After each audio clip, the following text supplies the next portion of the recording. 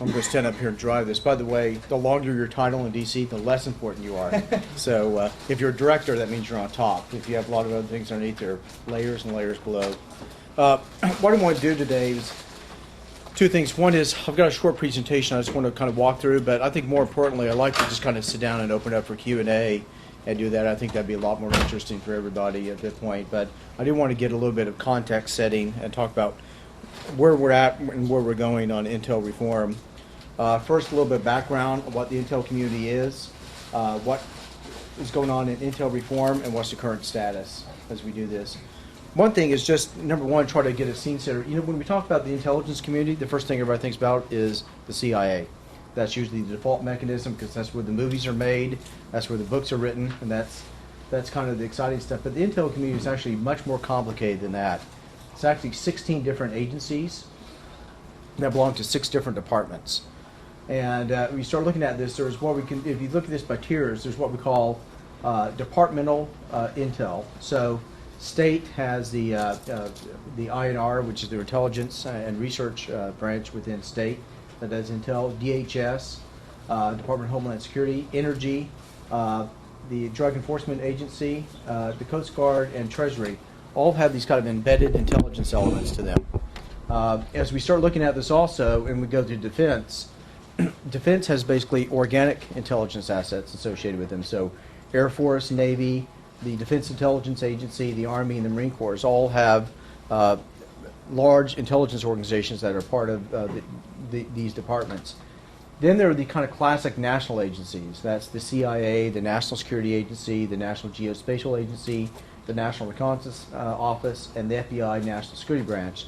So CIA does the kind of classic human intelligence, NSA does signals intelligence, the National Geospatial Agency basically does geospatial intelligence, looking at satellite pictures and MASINT and stuff like that.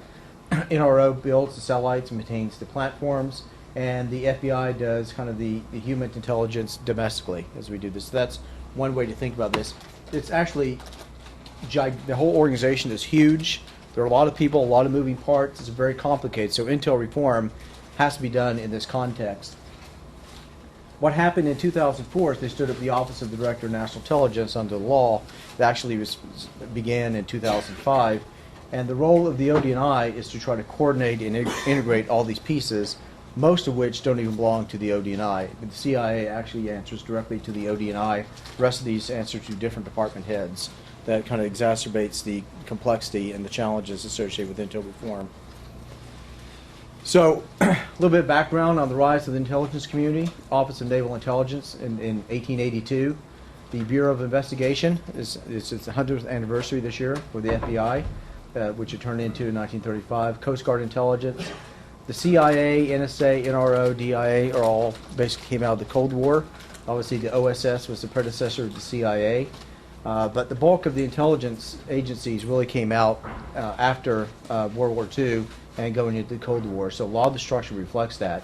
The National Imagery and Mapping Agency turned into the National Geospatial Agency in 1996, and then the Office of Director of National Intelligence. So this has been an evolutionary process really for well over 100 years of building up this capability capacity, really starting back in the 1880s.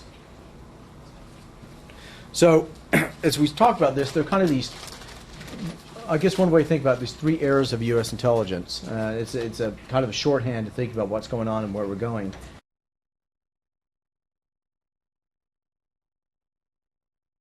(1900) 1946.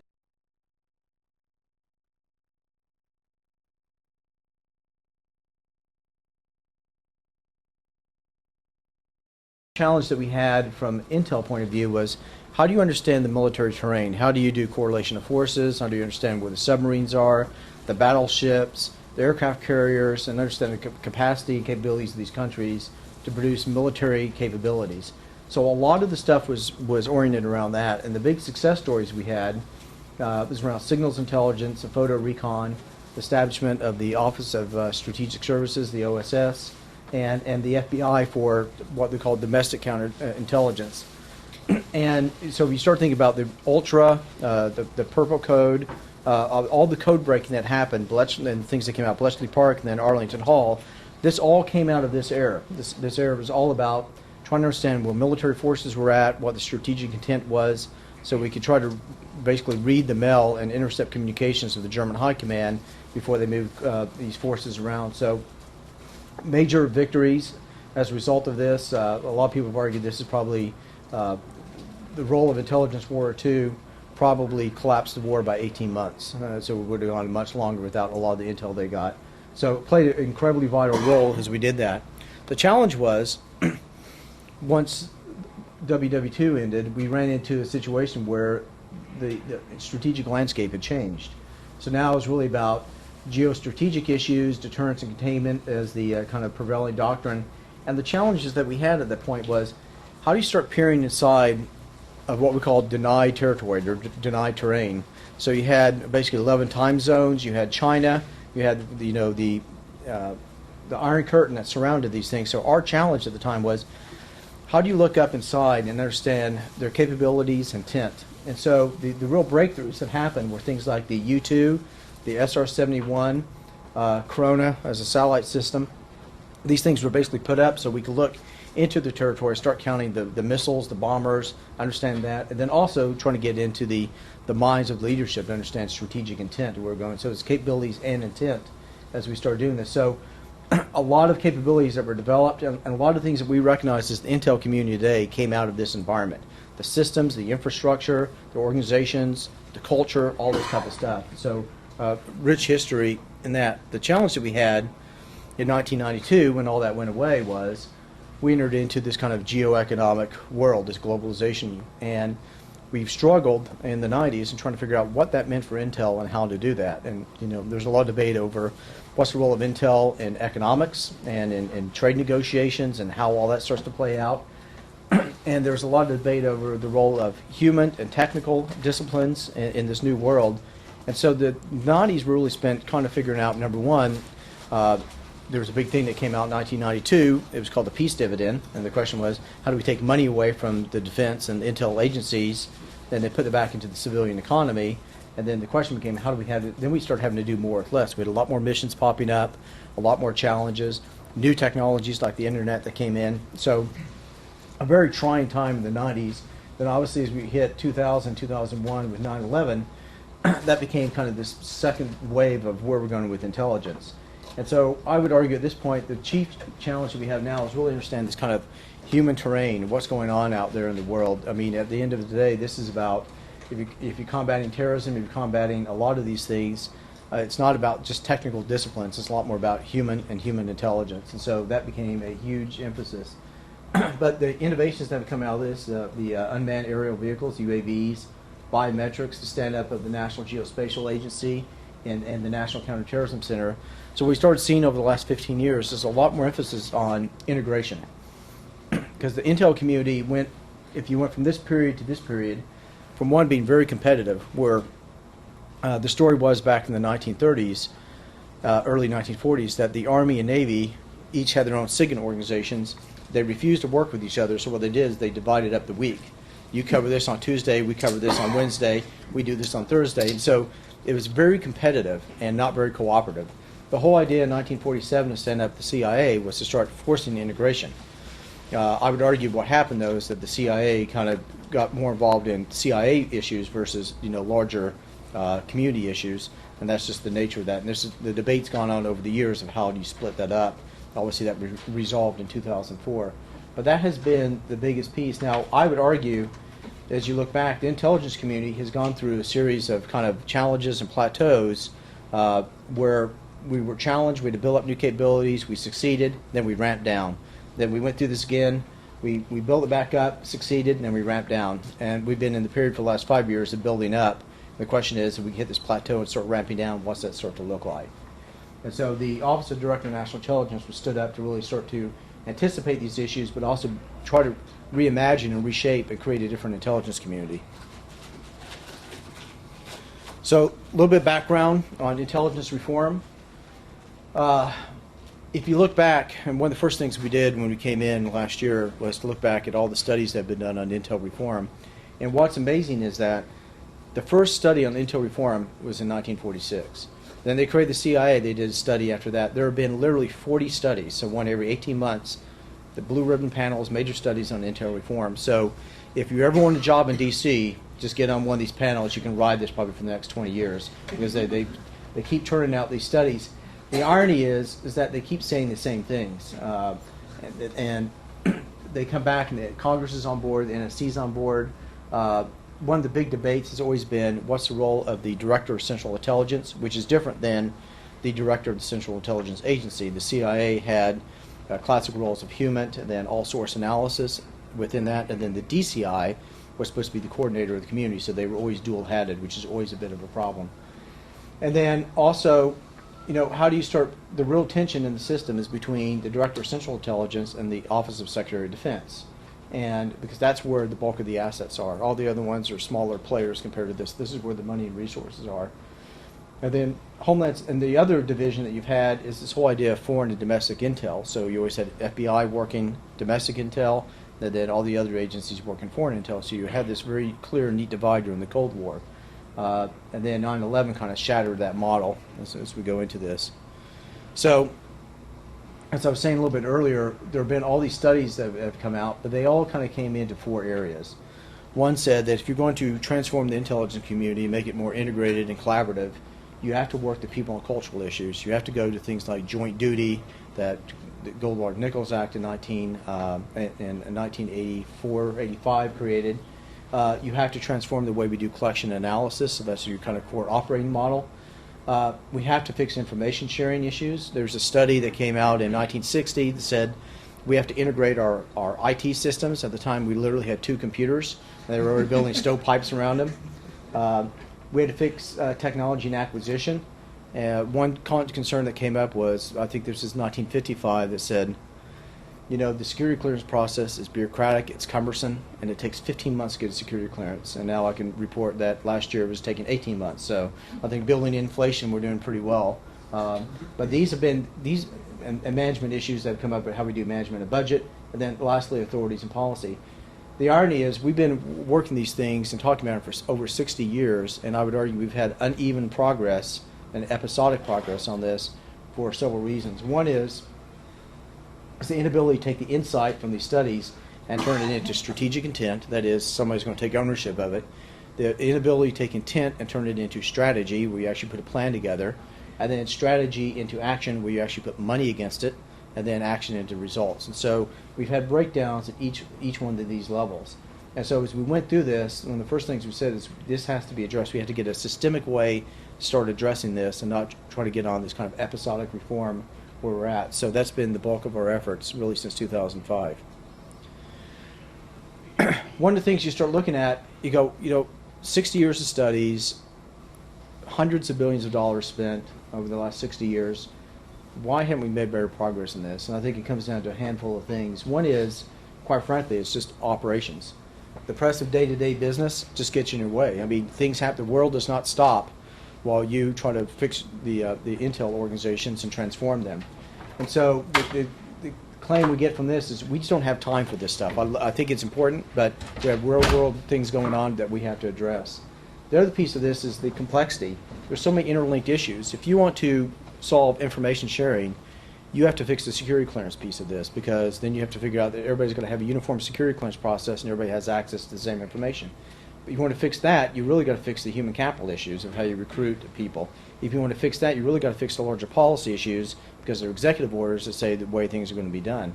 So every time you start pulling a thread on one of these problems, it hits 4 or 5 other areas, and it makes it extremely difficult. So what happens after a while is people just give up. They say this is just too hard, and we're going to go back and work ops again. Politics is another piece. These changes threaten the existing systems. The antibodies are going to come out, and the real motto there is, hey, you're killing the mission. You don't understand what we're doing. You're killing what we're doing. So you guys just need to knock it off and go back and do whatever you do up there. That has been a big problem, but it's not the sole problem. Another piece of this is the culture. I would argue that people just resist change in general. It's just the nature of being human. It creates stress and tension, and people react to it each time. That why are we doing this differently? It's always worked this way. You guys are really going to do more harm than you're doing good at this point once you just slow down or stop your efforts. And then lastly, authorities. Intelligence is an interagency challenge. We've got 16 agencies and 6 departments, and the authorities are often vague. Most of the people that work in the intel community answer to a department head. They don't answer to the Director of National Intelligence. And so this makes a lot of challenges. If you, at the end of the day, don't have higher fire capabilities, it makes it very difficult for people to do what you want them to do. And the response we get is, you don't have the legal authority to do what you're trying to do. So these are no small challenges as we go forward on this, and they've been around for a long time. So one thing I wanted to do is a little bit of current status on where we're at. So we did all these studies. After 9/11, there was the WMD and we had the 9/11 Commission and the WMD Commission, and there was legislation that came out. It's called the Intelligence Reform and Terrorist Prevention Act, IRPTA. That was passed in December 2004, and the Office of Director of National Intelligence was stood up in spring of 2005. And its mandate was really to integrate the intelligence community, to make it was to coordinate the activities and then integrate the activities as we went forward. So if we look at what happened is we stood at the National Counterterrorism Center, the NCTC, the National Counterproliferation Center, the Information Sharing Executive, and then a whole host of other activities to start making intelligence more effective and more integrated and more aligned to where we're trying to go at our national level. And I think most importantly expanded the authorities to the OD&I in terms of the ability to write policy, in terms of the ability to control the budget, which is critical in Washington, D.C., the ability to hire, fire, and put people into place, and the ability to coordinate intelligence assets. And so it was I think, a milestone as we went forward on this, but I think there's still some challenges associated with it. Before I go on this one, the law wrote something in there, and they put something called Section 1018 in. And Section 1018 basically says you're going to do all this stuff, but you won't abrogate the authorities of the departments. So if you're a cynic, you'd read that and say it basically means you can't do anything. Because it basically says, I want you to do all this stuff, but you can't do anything that's going to take away existing authorities from departments. So the struggle has been to work that out, and I think on the plus side, there's language under Section 1018 that said what you essentially have to do as you go forward on this is to create what we call implementing guidelines, and the President was given that task, and we're doing that now through Executive Order 12333 rewrite. So the last time it was done was 1981. We're rewriting another one now. Actually, the NFC is rewriting it, and we expect to have something in place within the next month or two, but that will take care of a lot of the authorities issues. There's still a lot of details to be worked out, but that will take care of, I think, a lot of the gap we had between the legislation and where the executive branch was on this. These are very arcane topics, and they sound very boring, but if we can't get the policy pieces of this right and the legal pieces of this right, we're not going to make progress in intel reform. We can't put in a single IT network. We can't hire and fire people. We can't bring in the right people where we need to. We can't coordinate operations. We can't do all this stuff if we don't get the authorities piece worked out. So the question is where we're going and kind of what's the motto. At the end of the day, the role of the intelligence community is to achieve or create a decision advantage for the nation. That's to use our intelligence assets, information assets, to basically pull those things up and work with the policymakers to advise them on what's going on in the world and give them course of action analysis so they can understand and make more informed policy decisions. This always kind of gets close to the tension within intel and policy. Intel has to be relevant, but it has to be objective. And so your goal here is to act more as a consultant to the policymakers and not become a policy proponent. And I would say that's historically always been the challenge. But if Intel becomes isolated from policymakers, then Intel becomes irrelevant as a tool. So our plan going forward is based on these kind of 4 tiers, and one is to integrate the community. That's how do we integrate the human capital, how do we integrate the IT, how do we integrate the operations, how do we integrate the business systems, and et cetera. The other piece of this is how do we start collaborating on shared missions. I was speaking earlier, and really what we're seeing where the government's going is moving towards a mission-centric model, away from this kind of agency orientation back to a mission orientation, where you take the NCTC, you have all these different agencies co-located working the counterterrorism issue in one building with common IT, common information sharing, and people working together on this. I'd say that's probably the model going forward of how these things are going to work, not necessarily physical co-location, but interagency efforts to address a lot of these tough challenges. The other big piece of this is innovation to field new capabilities.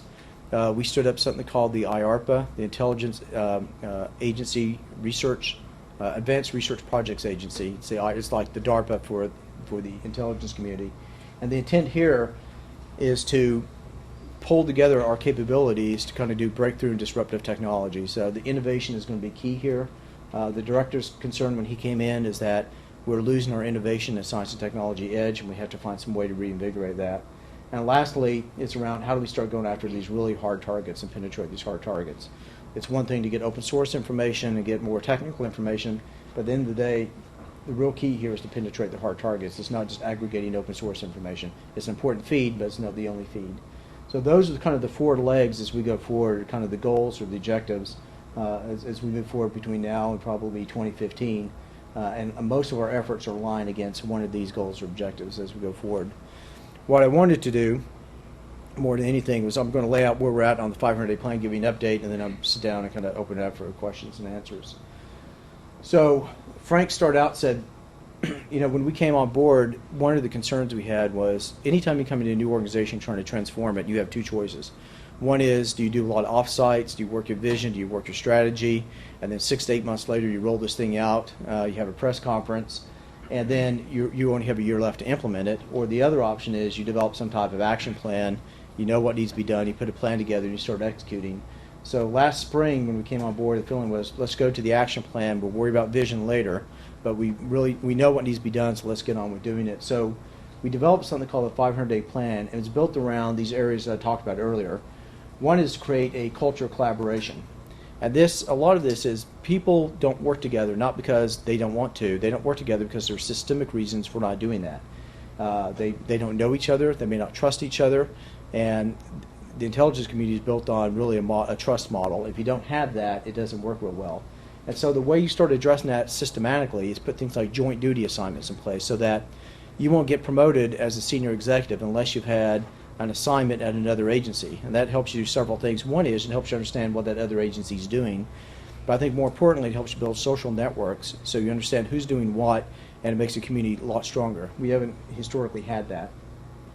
The other piece is to stand up a national intelligence university where you have a kind of common curriculum of people come together and they get a common view of the intelligence agencies, how they work, how the community is going to work before they go back to their home agencies and do a deep dive and develop very specialized capabilities and knowledges in human or signals intelligence or geospatial intelligence.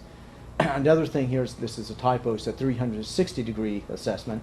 And the whole idea is, we don't do it all the way. We just go up to 10 degrees out and then we stop.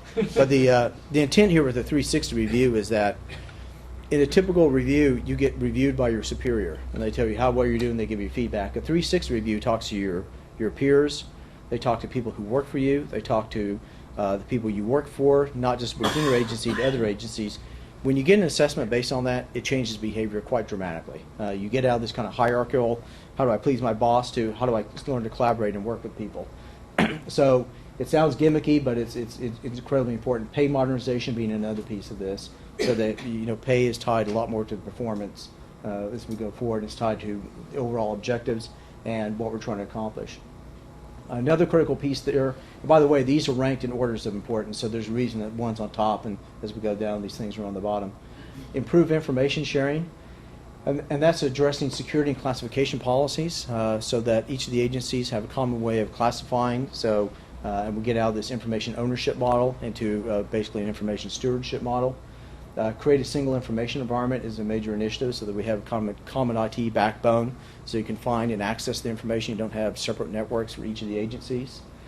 Collection and analytic transformation is built around things like analytic integrity. That is, get common standards of how we produce products so that the quality of the products are basically standardized throughout the community, so you don't have to go and guess over is it uneven, is it the same, and have a lot more oversight on the products like the national intelligence estimates and then even the other products that are generated. Analyst workspaces, bringing things like Intellipedia, which was brought in probably about 3 or 4 years ago. So it looks like what we're trying to do is create a computing environment for the analyst that looks like what you have on your home computer, with Google and Wikipedia and all these other spaces. And then stand up the National Intelligence Coordination Center, act as a global means for coordinating all of our intelligence assets and resources. So the next series are basically around acquisition technology. As I was saying earlier, we stand up the IARPA, doing things around acquisition reform so that it doesn't take us 10 or 12 years to basically conceive and build of a new capability and field it. So we have to really reduce those cycle times substantially.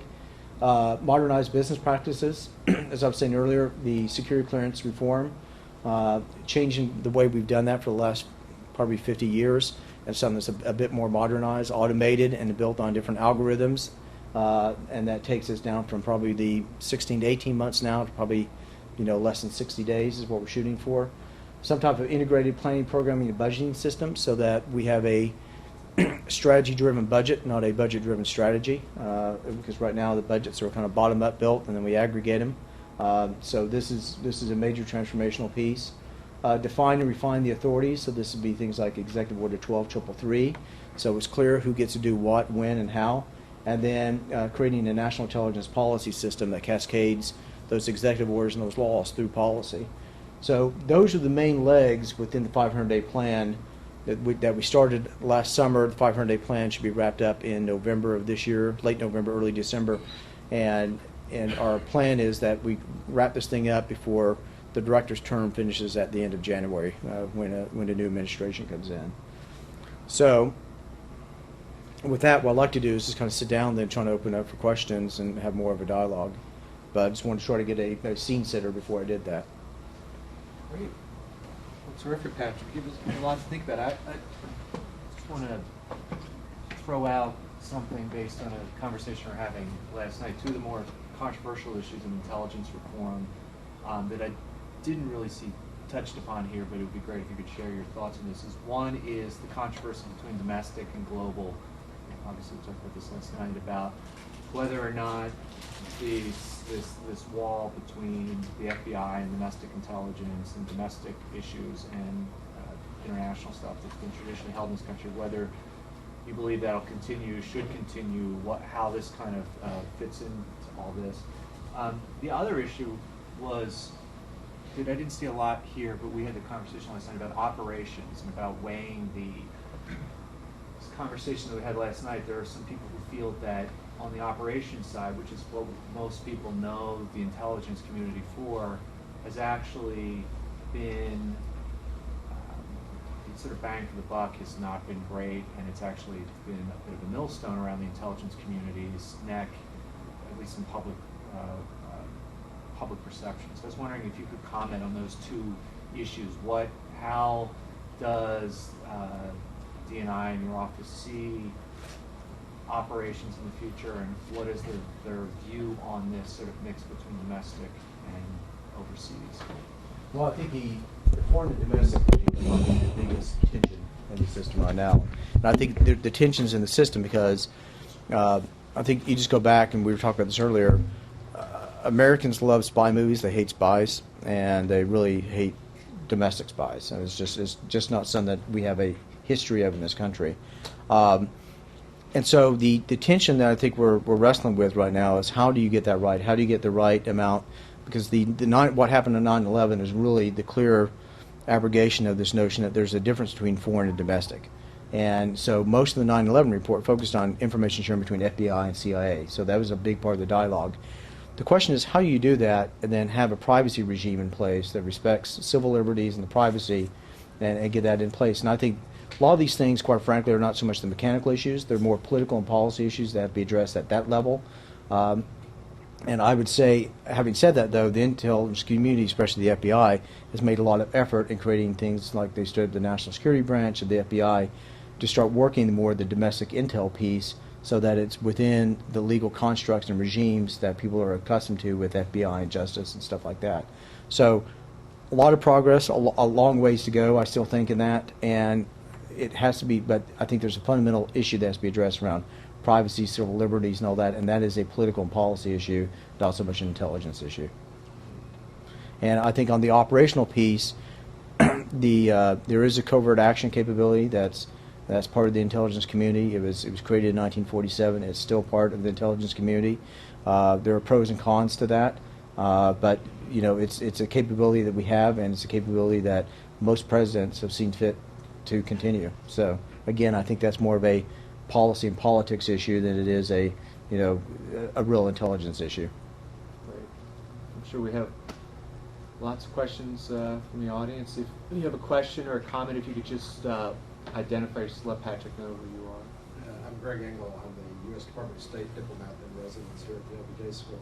And I was just curious about OD&I staffing levels and where are you drawing your people?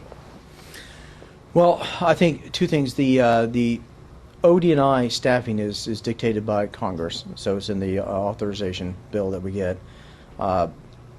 Most of the staffing goes into these national intelligence centers, and most of the staff, I'd say probably half of them are details from other agencies, so people get joint duty. The other half is something that came over with the community management staff that came out of the CIA, and then there's been some hires in addition to that. So the figuring out the right size of the OD&I has been one thing we've been wrestling for the last year, because what you don't want to do is create a gigantic organization on top of all this, because you actually can create more problems, not less. And so the question is, what's the right number of people and what's the right structure, and how do you optimize that? And what you don't want to do is also get into a model where we're duplicating what other components are doing. And so you've got to find who's doing the best job as a center of excellence and rely on them a lot more. I think that is something that we've worked for the last year, and I think we're getting into a pretty good situation in trying to get the right structure in place at this point. But most of the staff comes from the other agencies, their detailees.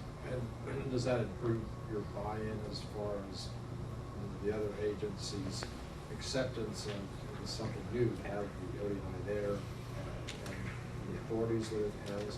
Well, I think at the end of the day, I think buy-in comes from value added.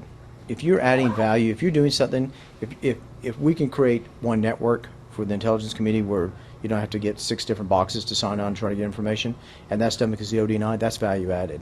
If you can create a situation where people, through joint duty, build extensive social networks and relationships that are out there to make their job more effective, that's value added.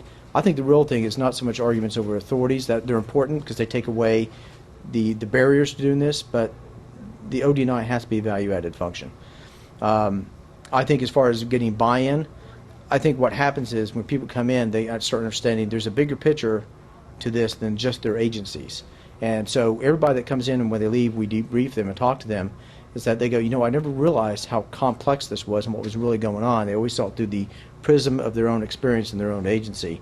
So I think that helps buy-in, but not so much because they're there. I think the buy-in helps when they go back to their agencies and go, here's what's really going on. I know you guys are trying to solve this problem, but have you seen what NSA is doing? Have you thought about this issue? And have you considered the range of policy issues that are associated with this?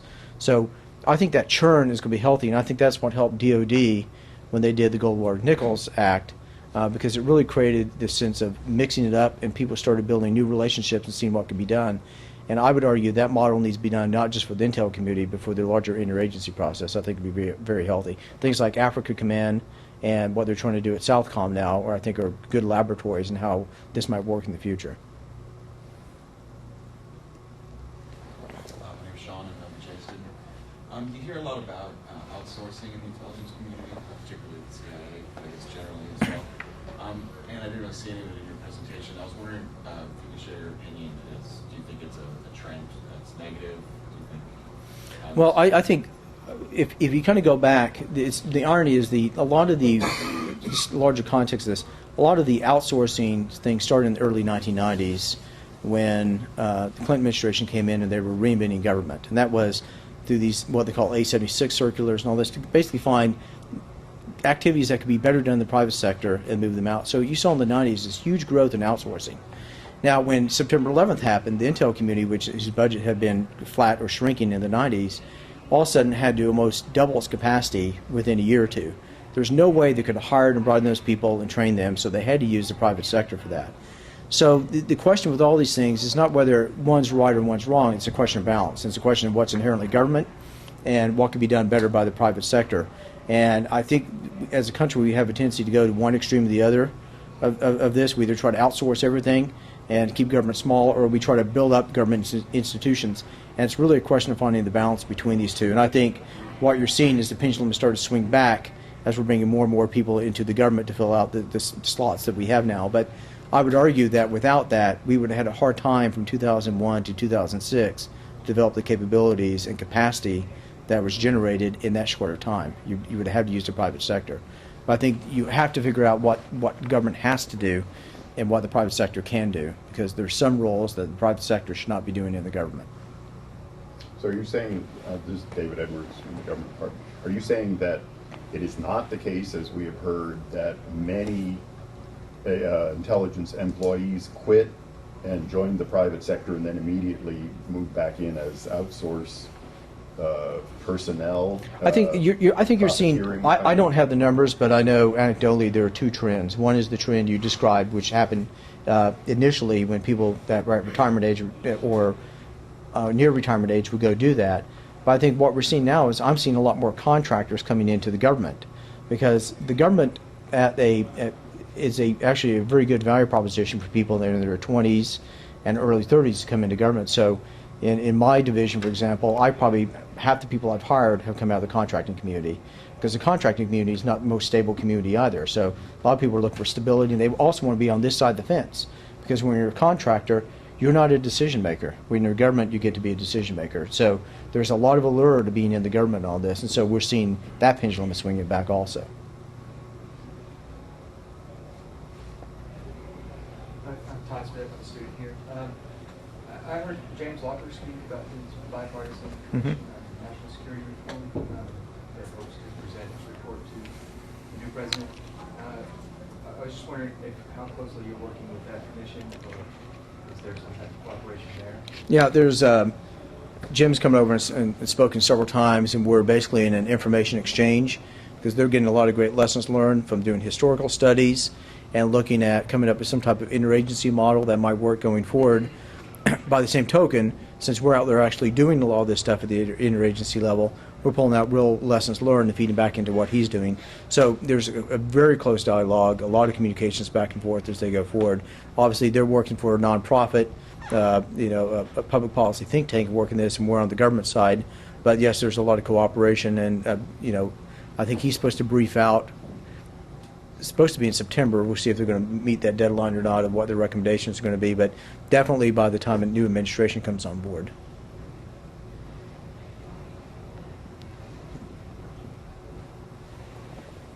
Other questions?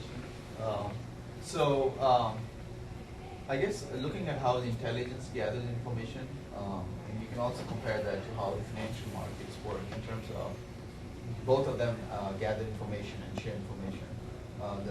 The way the financial markets work is they gather information for all these companies all over the world and make decisions based on this information. So is there something that the intelligence community can learn from how the financial market systems work in terms of gathering data and then disseminating to all these people? And the same sort of process perhaps could be implemented in the way these agencies work and share information. Yeah, I think there's two pieces. I think the short answer is yes. Randy Fort, who does this at State Department for INR, came out of the financial services industry. A lot of the security clearance reform issues that we're looking at of the processes and how to do that are based on some of the models of the financial services industry, so looking at that. But I think the larger issue is the financial services does a great job of taking vast amounts of data, sorting through it, applying analytics, and making decisions very quickly. So I think there are a lot of lessons learned in terms of underlying IT, in terms of analytic tools, and on top of things, and then how people use these things. We've gone up and had a lot of discussions with looking at like the Bloomberg terminals and how they use those things. So there's a lot of, and I would say pharmaceuticals, there's a lot of lessons learned how pharmaceuticals do things on long-range analysis and analytics. So there's a lot of lessons learned, and there's a substantial outreach program within the Intel community to go out and talk to those other organizations and other industries and pull in best practices, as opposed to trying to reinvent everything within the Beltway. Because I would argue that most of these things have been addressed at some point. We just need to reach out and pull those things in. Now, because where we're at on the security side, not everything fits, but I think there's a close fit, probably 80% of our problems. Jim Payton recently mentioned this liability insurance that they're putting in place. I was just wondering if other parts of the intelligence community was going to kind of take that on as well. And also, he was arguing that it would make people, it would to prevent people from being so risk averse that they don't use their imaginations, etc., not getting pulled into the political side. But isn't there also a moral hazard problem where it might make them likely to take chances on certain things that maybe they shouldn't be taking? Well, I guess I would ask the question: if you have automobile insurance, does that make you a moral hazard when you're driving on the? Are you more reckless driving on the road than if you didn't have insurance? I would argue that what the insurance, the complaint back in the '90s was, well, okay, the Intel community is too conservative. They won't go to these hard places and do the hard work. And then you go to the other extreme, it goes back to my thing about extremes in the country.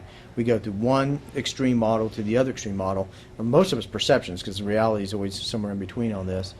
So the other extreme was, okay, now we got to get everybody out in the field and do all this stuff and take risk. To do that, the feeling from General Hayden, director of CIA, was you need to have some type of insurance program in place to support them, just like you give them health insurance or dental insurance and stuff like this, because if you don't, you're exposing them to risk that they will have to pick up legal fees and stuff like this on their own. So the short answer is, I personally think it's a good idea. I think it's the right way to go. Will it be expanded to the other agencies? I don't know, but I would say most of the insurance programs that are available to one agency is available to another agency, so they're pretty transferable.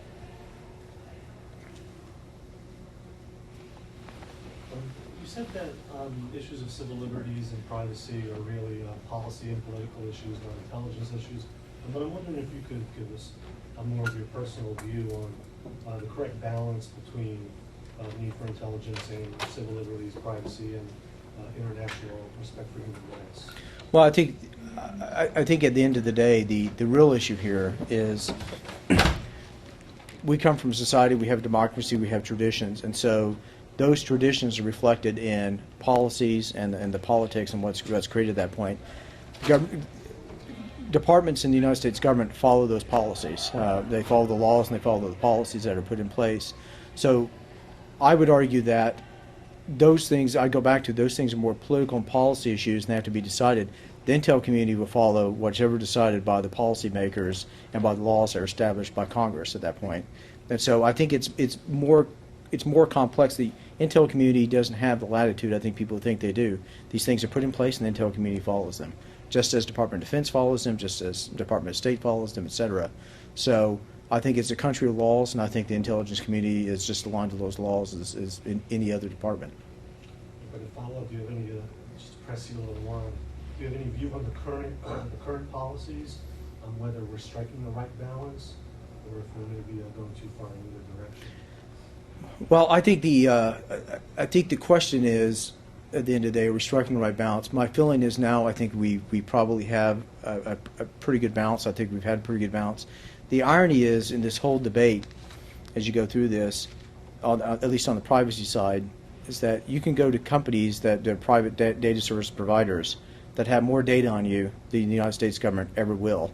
Those things are loosely regulated, and Americans don't seem to be overly concerned by those things. Obviously, when there are leaks that happen with some of the credit card leaks that get out and the database leaks get out, it's a concern. But I think there's a larger privacy issue that we have to have discussion about. Then what's privacy look like in a globalized world where people move across borders and have biometric passports and all these types of things. And there's a larger identity management and privacy issue that has to be addressed at a policy level than that. So I think there's more debate to be had about it. So it's hard to talk about striking the right balance when I think there's a lot in flux, and I don't think we quite understand where all this is going yet. And so I think there's still room for healthy debate on this, and there will be. There currently is, and there will be going into this.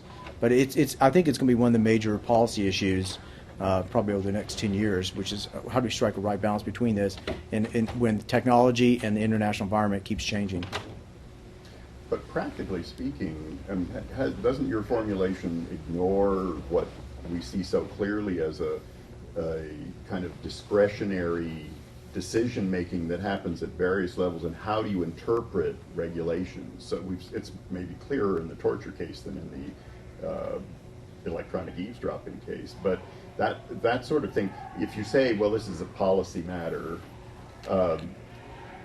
you open it up to, you can have an administration which has at least a few people in it who do their own interpretation of what's supposed to be statutory regulation in a way that lots of people think is inappropriate, and then those instructions come down to people who are actually supposed to execute these things, and they have to decide, practically speaking, whether that interpretation, which might be at odds with an interpretation of somebody else in some other part of the intelligence community, for example, is really the binding one, or do they simply behave as if they are automatons in a hierarchical authority structure, the sort that you said you were trying to get away from? Well, I think there's two responses to that. I think one is, I don't think it's that.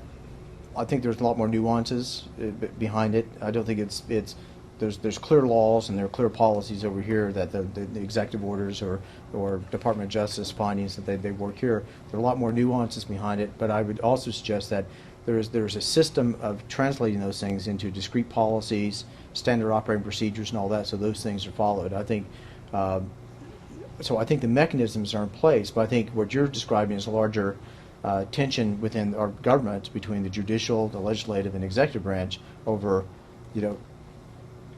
it's over this power thing, and I don't think this is new. I think this is something we've been dealing with for hundreds of years, and I think it just manifests itself over more of the executive privilege issues over the last 6 years after 9/11, and so it's kind of brought this forward. But I would argue this is a debate that's been going on for a long time.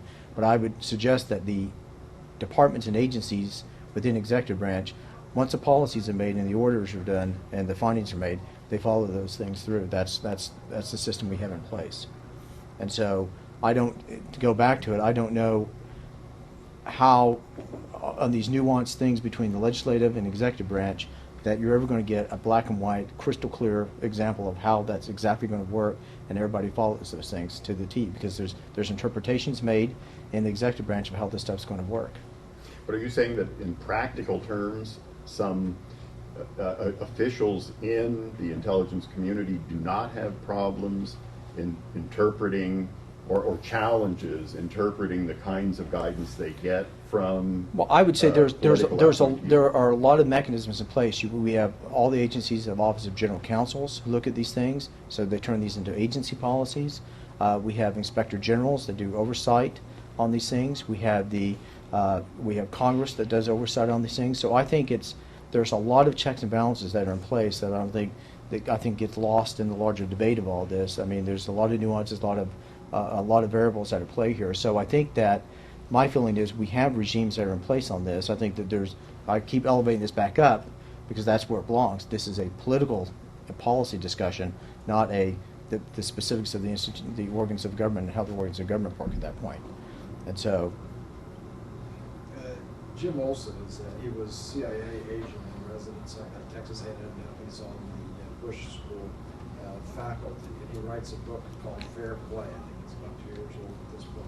The basic premise of the book, he was a case officer in the CIA, is that he pretty much went the whole way through his career without any guidance as to ethics and when you cross the line and when you didn't. And he lays out a whole bunch of cases and poses questions about whether they're ethical. It doesn't just get to torture, it gets to, do you recruit journalists? Do you recruit members of religious organizations? A whole bunch of questions.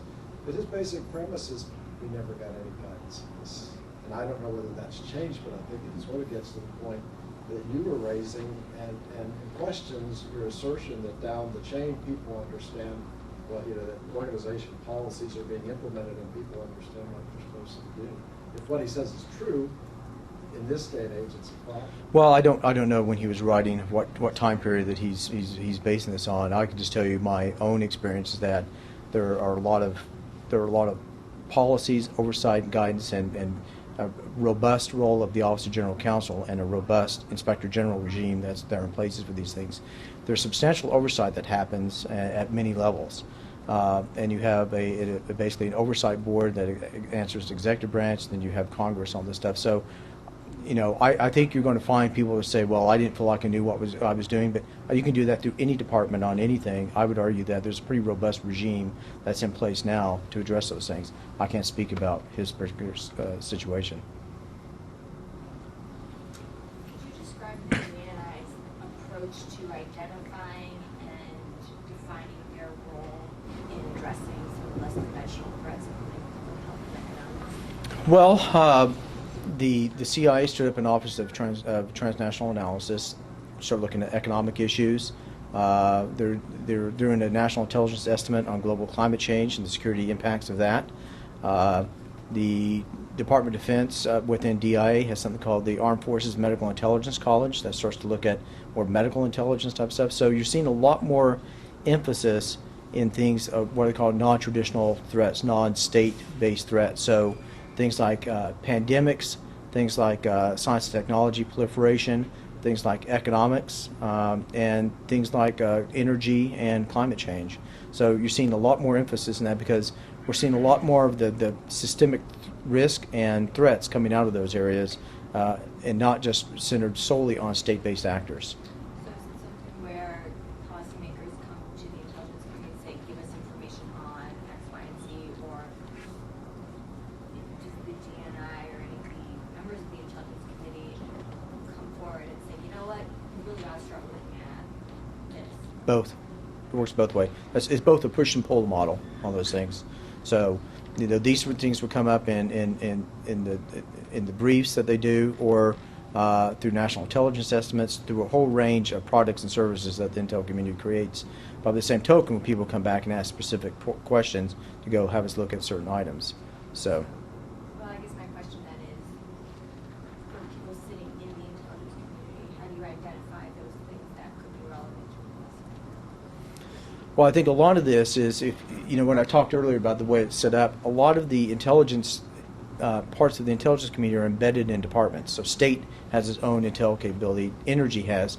So they're very close to the clients, to the customers at the department level. Obviously, the DNI is close to the president, which is the chief customer there in the National Security Council. So a lot of these things you're embedded, you have a very close contact with the customers, and that's how you start to understand what the requirements are and how you pull that back in. I will say when we started the DNI, though, we created an organization that was focused on customer outcomes. So to get a lot more customer orientation around the intelligence community, so it became more of a customized, tailored product as opposed to here's the product that we created and we're just shotgunning it out to everybody. So there's been a lot more emphasis in trying to make it look a lot more like the media and the world that we live in at home, so you get customized products and services delivered to you. So a fairly huge effort underway to do that at the ODNI. John, Tony, out of Texas Institute for Strategic Studies.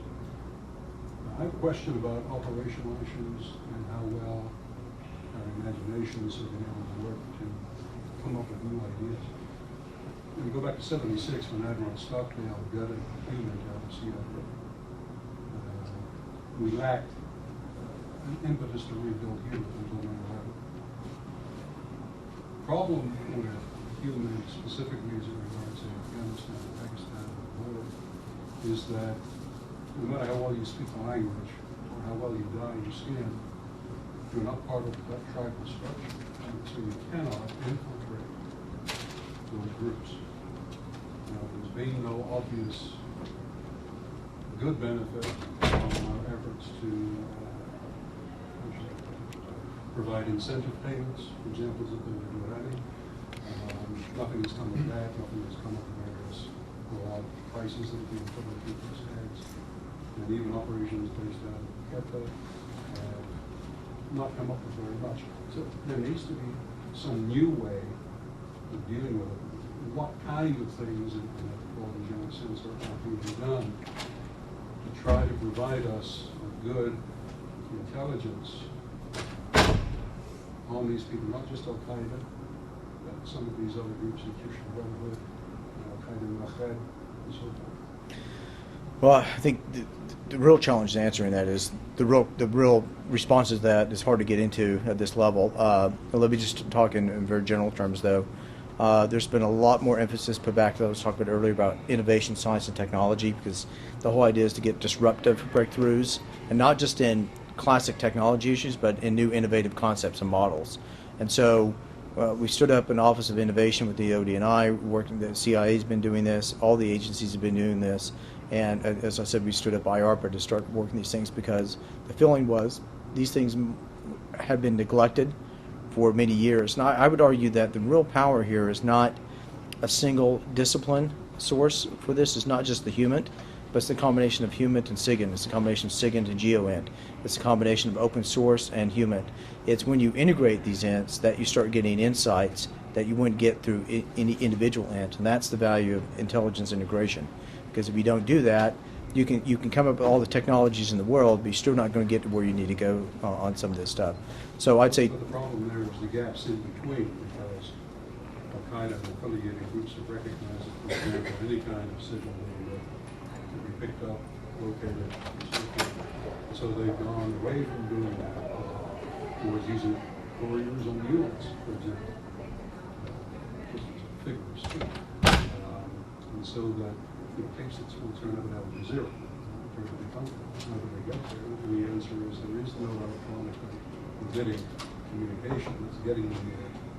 It's the old and slow kind of way, which is very hard to penetrate unless you get the human intelligence. Well, I think it's harder, but I think I would argue, because my concern would be in the 1980s and 1990s we went to an extreme on technical intelligence at the expense of human intelligence. I think you make the case that you don't go to the expense of all human intelligence at the expense of technical intelligence. The answer is a combination of all those things, and the question is, how do you do it, who gets to do it, and how does it all come together at the tactical level? And I would argue we've made a lot of progress in the last 5 years in those areas. But I think the real solution here is not any breakthrough discipline or breakthrough technology. It's integrating existing capabilities to go after these things. That's where we're going to get orders of magnitude increase in basically effectiveness on going after very hard targets at that point. Because if you use a mule train, you could be spotted by UAV. I mean, no matter what, if you do anything, there's going to be some observable, some signatures. The question is, how do you pull all that together? And your real challenge then becomes, it's an information management problem, because now you have just a sea of glut of data. And the question is, how do you filter and pull all that stuff out? Any final questions? Well, please join me in thanking Patrick for an absolutely fascinating presentation and question and answer section. Thank you very much. Thanks.